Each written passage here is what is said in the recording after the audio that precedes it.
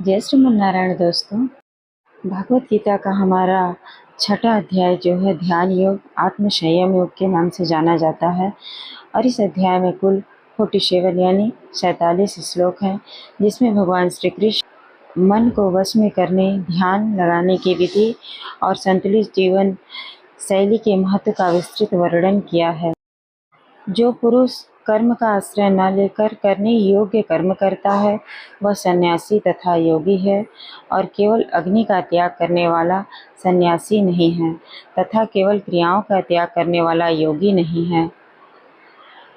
हे अर्जुन, जिसको सन्यास ऐसा कहते हैं उसी को तू योग जान, क्योंकि संकल्पों का त्याग न करने वाला कोई पुरुष योगी नहीं होता है। योगी में आरूढ़ होने की इच्छुक पुरुष के लिए योग की प्राप्ति में निष्काम भाव से कर्म करना ही हेतु कहा जाता है, और योग रूढ़ हो जाने पर उस योग रूढ़ पुरुष का जो सर्व का संकल्पों का अभाव है वही कल्याण के हेतु कहा जाता है। जिस काल में न तो इंद्रियों के भोगों में और न कर्मों में आसक्ति होती है, उस काल में सर्व संकल्पों का त्यागी पुरुष योगारूढ़ कहा जाता है। अपने द्वारा अपना संसार समुद्र से उद्धार करें और अपने अनेकों अधोगति में न डालें, क्योंकि यह मनुष्य आप ही तो हैं, अपना मित्र है, मतलब ये शरीर अपना ही मित्र है और आप ही अपना शत्रु हैं। आप अपने शत्रु भी हैं और आप अपने मित्र भी हैं। अपने द्वारा अपना संसार समुद्र से उद्धार करें और अपने को अधोगति में न डालें, क्योंकि यह मनुष्य आप ही तो अपने मित्र हैं और आप ही अपने शत्रु हैं। जिस जीवात्मा द्वारा मन और इंद्रियों सहित शरीर जीता हुआ है, उस जीवात्मा का तो वह आप ही मित्र हैं, और जिसके द्वारा मन तथा इंद्रियों सहित सदृढ़ शत्रुता से बर्ताव करते हैं। सर्दी गर्मी और सुख दुख दुखादि में तथा मान और अपमान में जिसके अंतःकरण की वृत्तियां भली भांति शांत है, ऐसे स्वाधीन आत्मा वाले पुरुष के ज्ञान में सच्चिदानंद परमात्मा सम्यक प्रकार में स्थित हैं, अर्थात उनके ज्ञान में परमात्मा का कुछ भी है ही नहीं। जिसका अंतःकरण ज्ञान विज्ञान में तृप्त है, जिसकी स्थिति विकार रहित है, जिसकी इंद्रियां भली भांति जीती हुई हैं और जिसके लिए मिट्टी पत्थर और स्वर्ण समान है, वह योगी युक्त अर्थात भगवत प्राप्त है, ऐसे कहा जाता है। भगवान कहते हैं कि जिसके सामने मिट्टी पत्थर सोना कुछ भी हो जाए, लेकिन मतलब दूसरे का मिट्टी पत्थर सोना कुछ भी पड़ा हो, वह मिट्टी के ही समान समझता है। सूर्योदय मित्र बैरी उदासीन मध्यस्थ द्वेष और बंधुगणों में धर्मात्माओं में और पापियों में भी समान भाव रखने वाला अत्यंत श्रेष्ठ है। फिर भगवान कहते हैं, मन और इंद्रियों सहित शरीर को वश में रखने वाला आशा रहित और संग्रह रहित योगी अकेले ही एकांत स्थान में स्थित होकर आत्मा को निरंतर परमात्मा में लगावे। फिर भगवान कहते हैं अर्जुन को समझाते हुए, शुद्ध भूमि में जिसके ऊपर क्रमशः उषा मृगछाल और वस्त्र बिछे हों, जो न बहुत ऊंचा है और न बहुत नीचा है, ऐसे अपने आसन को स्थिर स्थापना करें। भगवान कहते हैं कि योग करने के लिए न ज़्यादा ऊंची जगह हो न ज़्यादा नीची जगह हो, स्थिर जगह हो, मतलब सामान जगह हो, वहाँ पूसा बिछा के अपने आप को बैठें और अपने योग को मतलब ध्यान लगाएं। उस आसन पर बैठकर चित्त और इंद्रियों की क्रियाओं को वश में रखते हुए मन को एकाग्र करके अंतःकरण की शुद्धि के लिए योग का अभ्यास करें। भगवान का कहना है कि योग हर मनुष्य को करना चाहिए, और ऐसे शुद्ध आसन को बिछाकर हर रोज योग का ध्यान करते रहना चाहिए।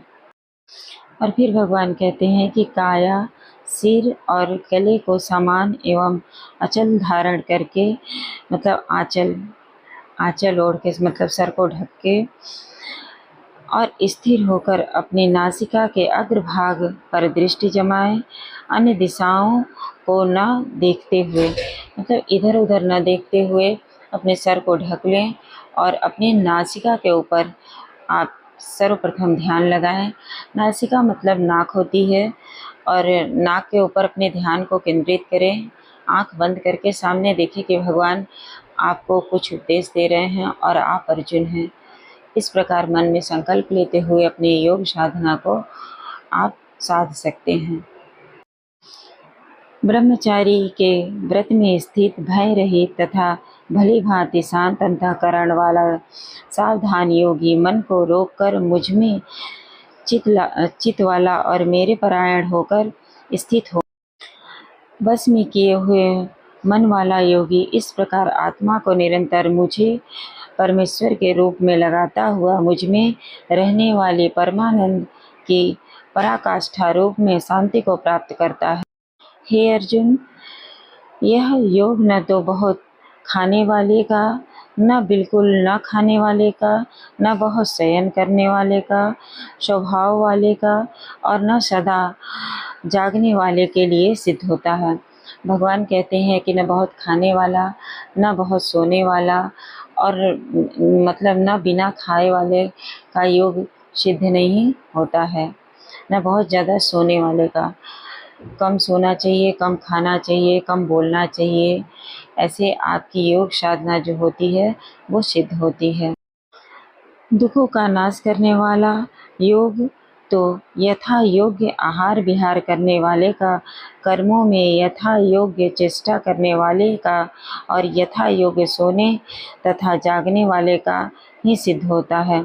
मतलब कम सोना, कम खाना, कम बोलना, जो ऐसा करता है उसकी योग सिद्धि होती है। जो ब्रह्मचर्य का पालन करता है उसकी योग सिद्धि होती है। अत्यंत वश में किया हुआ चित्त जिस काल में परमात्मा में ही भली भांति स्थिर हो जाता है, उस काल में संपूर्ण भोगों में स्पृह रहित पुरुष योग युक्त है, ऐसा कहा जाता है।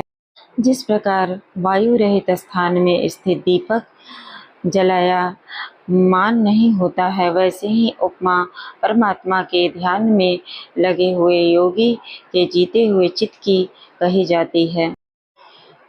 योग के अभ्यास में निरुद्ध चित्त जिस अवस्था में उपराम हो जाता है और जिस अवस्था में परमात्मा के ध्यान से शुद्ध हुई सूक्ष्म बुद्धि द्वारा परमात्मा को साक्षात्कार करता हुआ सच्चिदानंद घन परमात्मा में ही संतुष्ट रहता है। इंद्रियों से अतीत केवल शुद्ध हुई सूक्ष्म बुद्धि द्वारा ग्रहण करने योग्य जो अनंत आनंद है, जिसको जिस अवस्था में अनुभव करता है और जिस अवस्था में स्थित वह योगी परमात्मा के स्वरूप से विचलित होता ही नहीं है। परमात्मा की प्राप्ति रूप जिस लाभ को प्राप्त होकर उससे अधिक दूसरा कुछ भी लाभ नहीं होता, और परमात्मा प्राप्ति रूप जिस अवस्था में स्थित योगी बड़े भारी दुख से चलयमान नहीं होता। जो दुख रूप संसार से संयोग से रहित है तथा जिसका नाम योग है, जिसको जानना चाहिए वह योग न उत्काये हुए अर्थात धैर्य और उत्साह योग चित्त से निश्चय पूर्वक करना कर्तव्य है। संकल्प से उत्पन्न होने वाली संपूर्ण कामनाओं को निःशेष रूप से त्याग कर और मन के द्वारा इंद्रियों के समुदाय को सभी ओर से भली भांति रोककर क्रम क्रम से अभ्यास करता हुआ उपरति को प्राप्त तथा धैर्ययुक्त बुद्धिमान के द्वारा मन को परमात्मा में स्थित करके परमात्मा के सिवा और कुछ भी नहीं है ऐसा चिंतन करें। भगवान कहते हैं कि योग करते समय यह ध्यान रखें कि आप ये सोचें कि भगवान के सिवा कुछ भी नहीं है, ऐसा सोच के, मतलब हर कण कण में भगवान निवास करते हैं और उनके सिवा मेरे आसपास तो बहुत कुछ दिखाई देता है, लेकिन अगर आप, जैसे भगवान ने कहा कि योग करते समय सिर्फ अपने नासिका पे ध्यान रखें और ये सोचें कि आपके आसपास कुछ नहीं है, सिर्फ भगवान है, परमात्मा के सिवा कुछ भी नहीं है, ऐसा ध्यान में लगाकर योग को करना चाहिए। यह स्थिर न रहने वाला और चंचल मन जिस जिस शब्दादि विषय से निमित्त से संसार में विचरण करता है, उस विषय से रोक कर यानी हटाकर इसे बार बार परमात्मा में ही निरुद्ध करें। अगर आपका मन चंचल होता है तो उसको शांत एकदम एक चित्त होकर सिर्फ भगवान को ही हर तरफ देखें। ऐसा भगवान का कहना है कि सिर्फ मुझको ही देखें, मेरे बारे में ही सोचें और कहीं न सोचें। तो अर्जुन, ऐसा करने से उसका योग सिद्ध होता है, वो हर जगह मुझे ही देखता है। क्योंकि जिसका मन भली भांति प्रकार शांत है, जो पाप से रहित है और जिनको रजोगुण शांत हो गया है, ऐसे इस सच्चिदानंद घन परम ब्रह्म के साथ एक ही भाव हुआ योगी को उत्तम आनंद की प्राप्ति होती है। फिर भगवान अर्जुन से कहते हैं कि जो मुझ में ही सब कुछ देखता है, उसको मैं आसानी से प्राप्त हो जाता हूँ।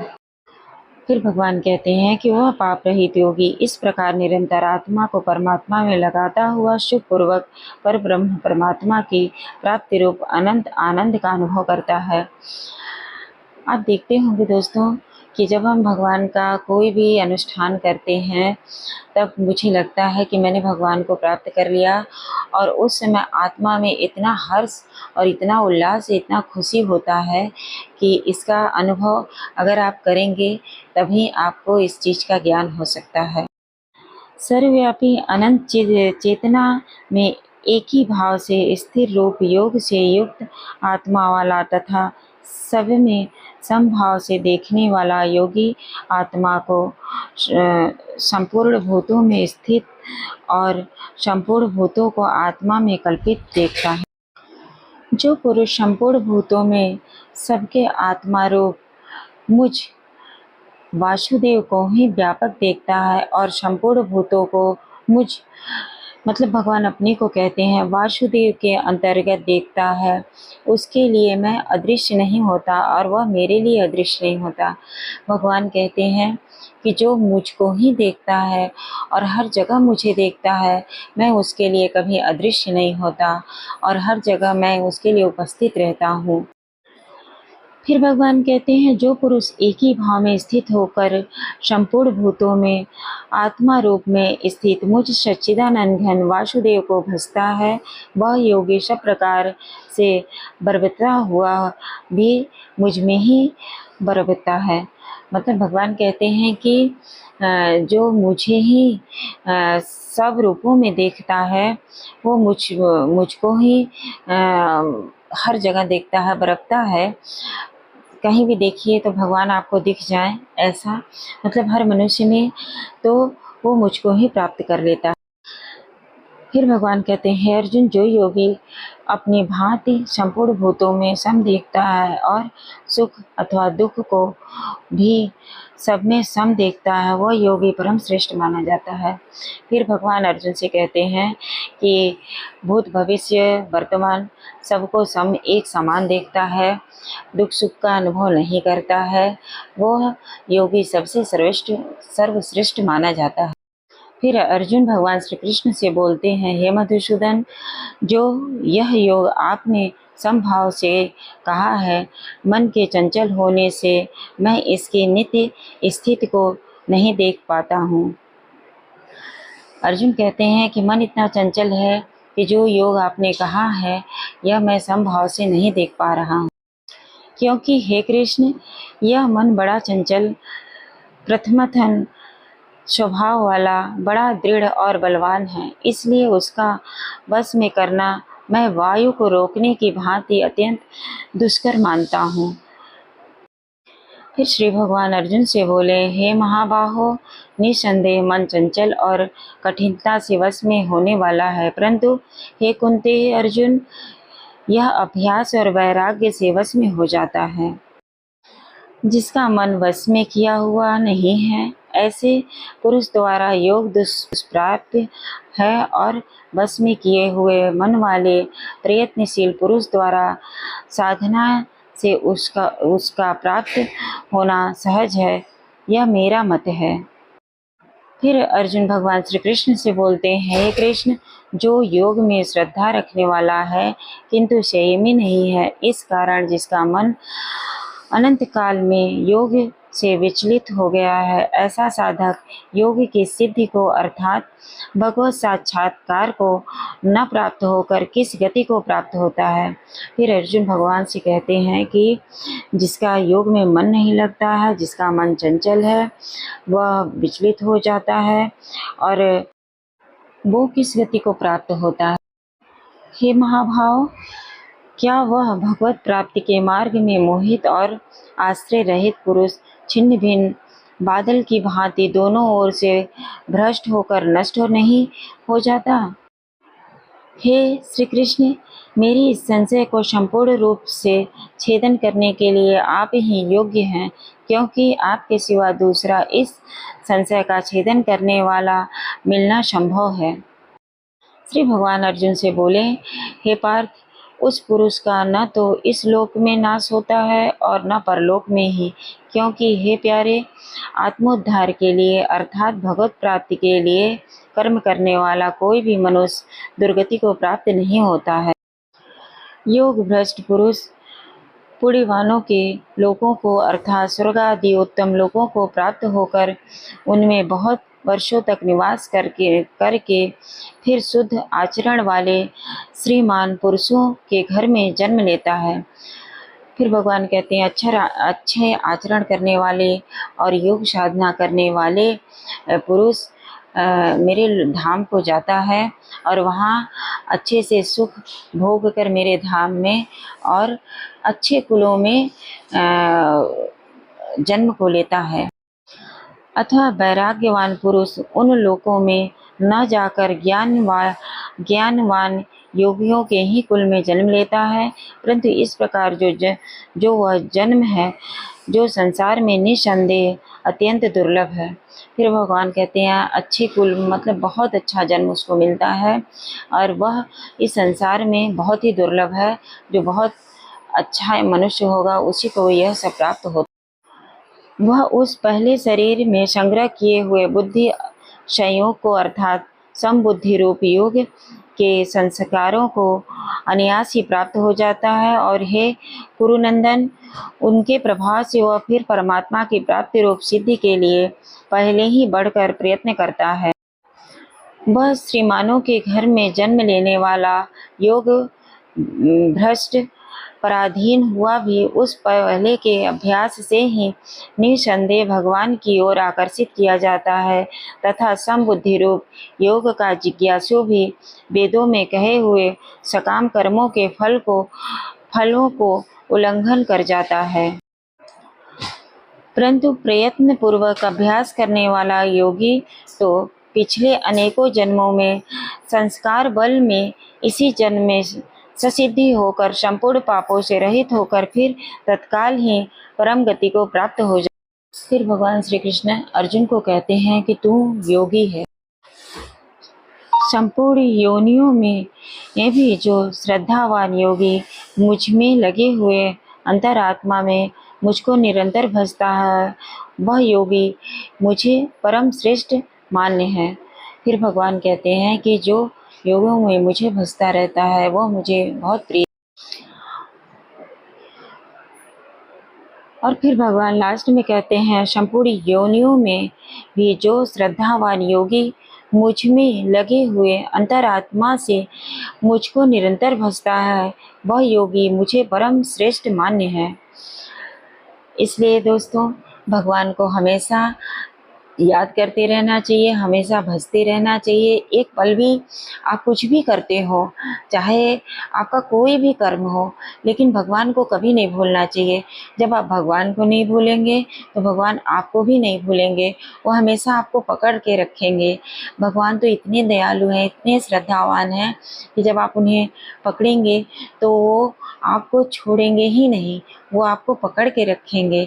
इसलिए आप हमेशा भगवान का ध्यान करते रहें। रहें, चाहे आपका कोई भी कर्म हो, आप कुछ भी करते हो, लेकिन भगवान को एक पल के लिए अपने से ओझल ना होने दें। अब लास्ट में जैसे कि बहुत जोर से लगाइए जय श्रीमन नारायण, जय श्रीमन नारायण दोस्तों। तो मिलते हैं कल आपसे 7वें अध्याय में। जय श्रीमन नारायण।